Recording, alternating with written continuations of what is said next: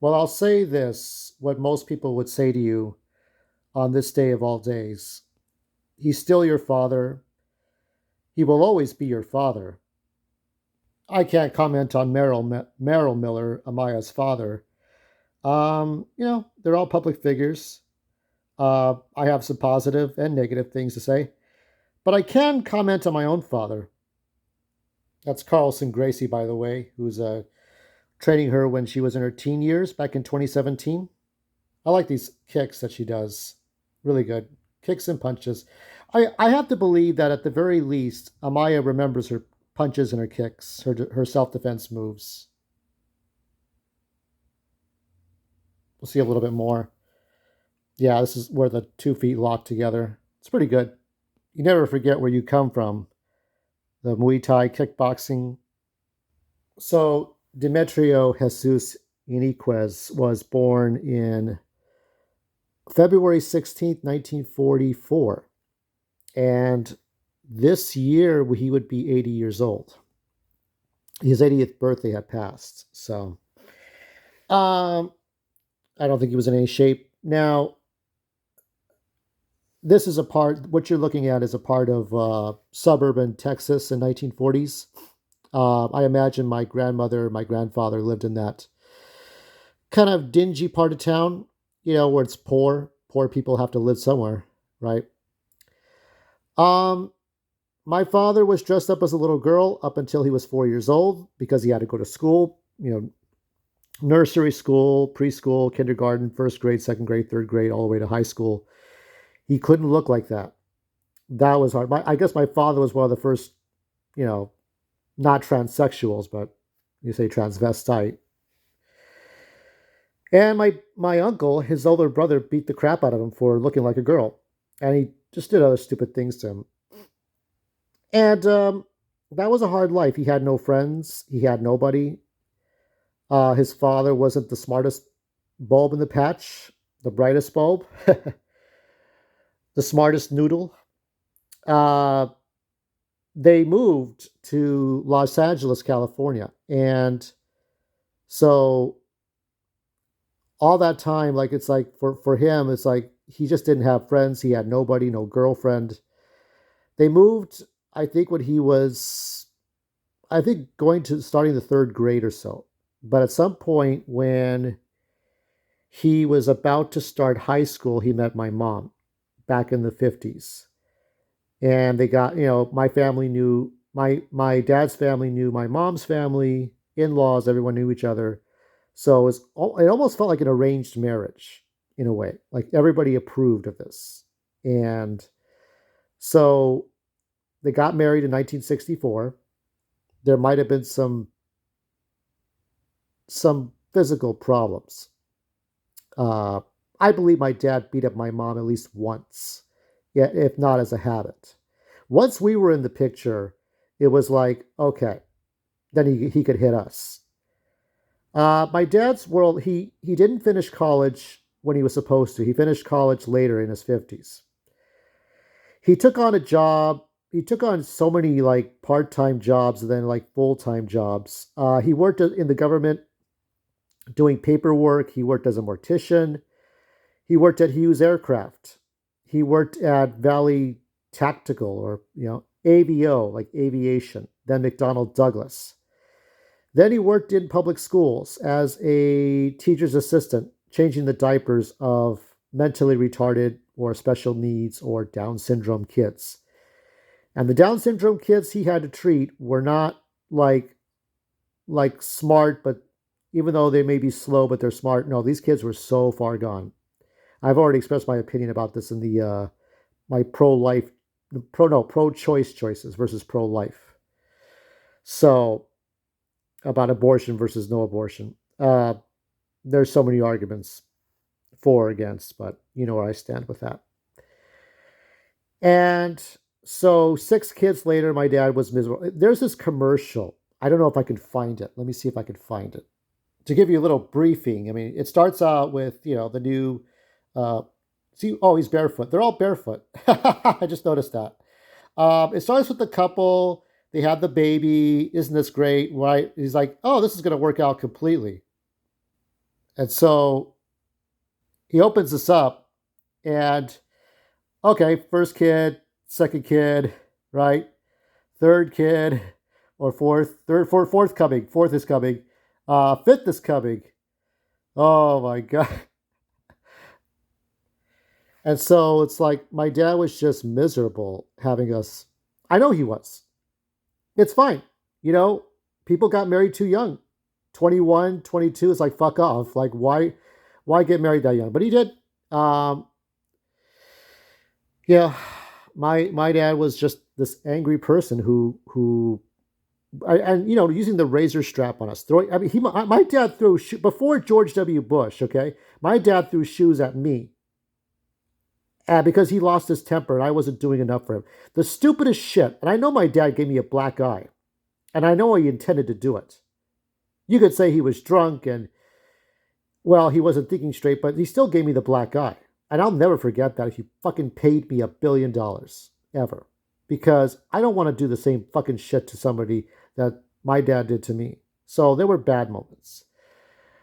There were times where we tried to bond, but most of the time he wanted me to shoot guns. He wanted me to play chess, which is not a bad thing, but it was like he knew how to play chess better than everybody else. And the whole point of playing chess against my dad was to beat him and never play again. So we were all mouths to feed. It was tough. He wanted to go to places he wanted to go to. We would have fun on his terms. Like I said before in a previous post, he was not into video games, but he, you know, like he just wouldn't. We just never had a bond. His whole world was rifles, handguns, revolvers, right? Winchesters, Colts, Smith and Wessons, Rugers, and he would make his own bullets. He would forge them out of lead.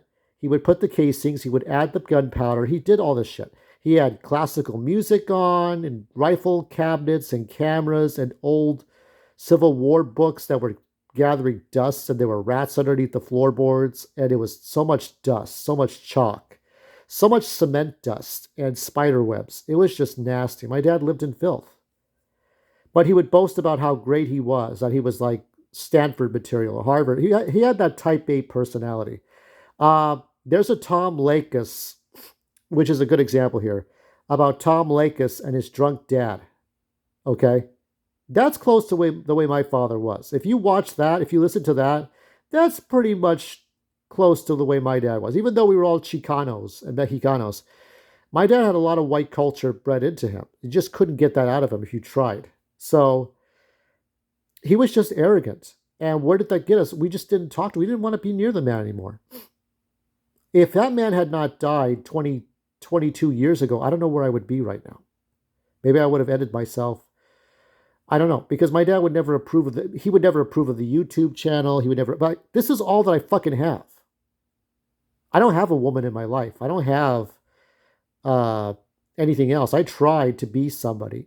I tried to be a contender, as Marlon Brando once said, you know, but people were just stupid people were in the way. Stupid, shitty people had power and money and fame, and they decided to kick me out through the uprights, like a field goal kick in NFL or college football, NCAA.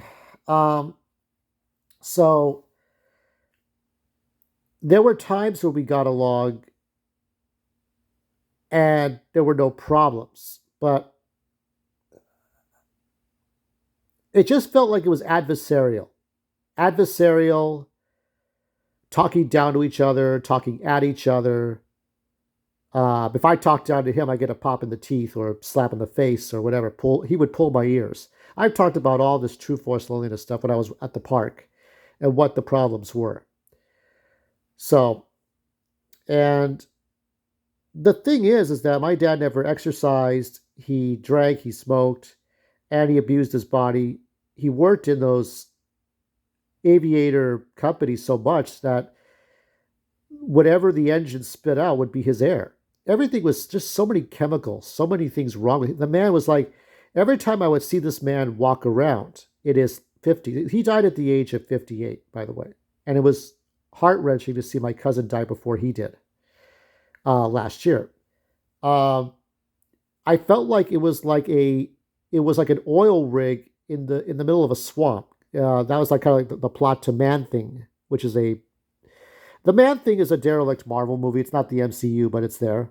And in that movie, you had oil rig, right? The machine that pumps out. So it's like that machine that and it's that thing that gets out oil, and it's in the middle of a swamp, and that's what my dad's innards would seem like to me every time he was having problems breathing. He was coughing.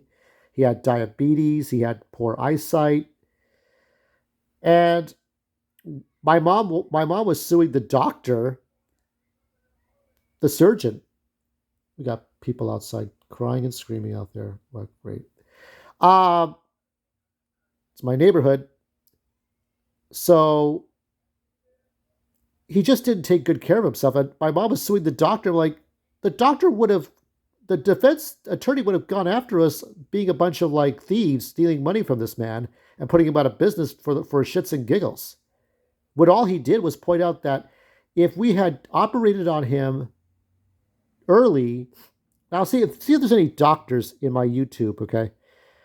My dad had pancreatitis, not exactly pancreatic cancer, and his my the doctor's his doctor's excuse or his surgeon's excuse was that if we had operated on him, or if he had operated on him early, the the intestines would be his insides would be inflamed, and his chance of death would be greater than if we had waited to two, which we did wait the 2 weeks for him to be operated on.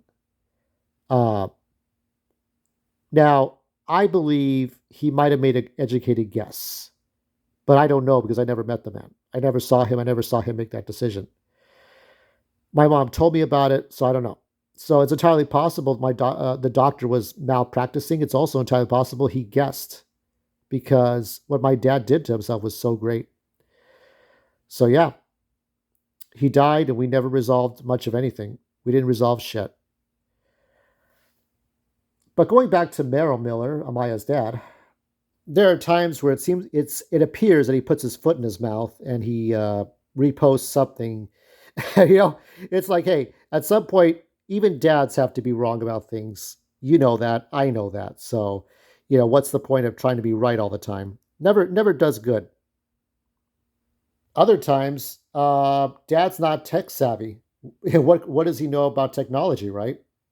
I mean, yes, you can know how to fight, you can know how to box, you're a great champion, but who, there are some things I don't know.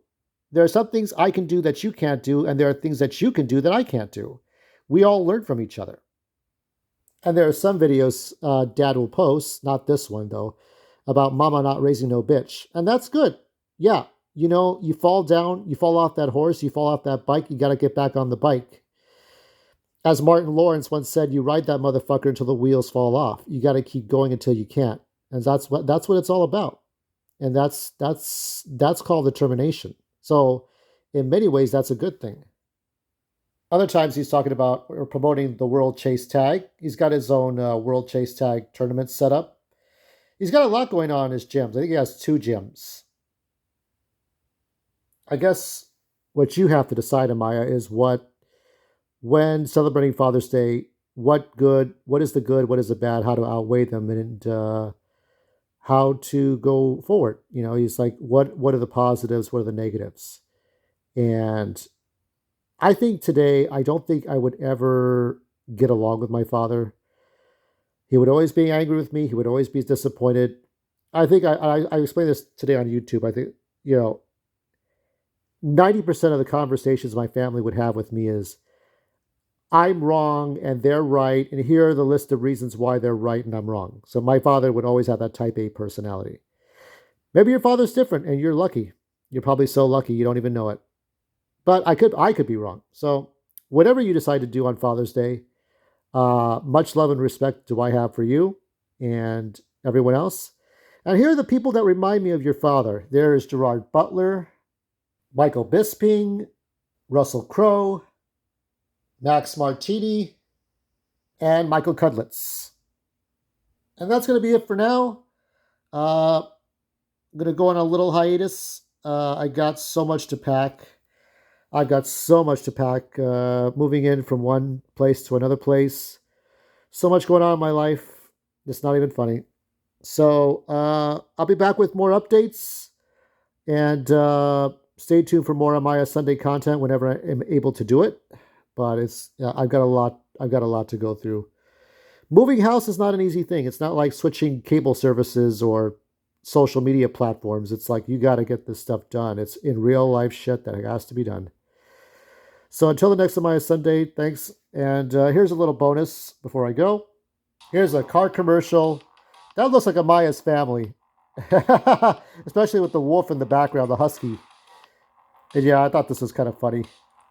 So yeah, there you go. All right, everyone. See you all real soon. Take care.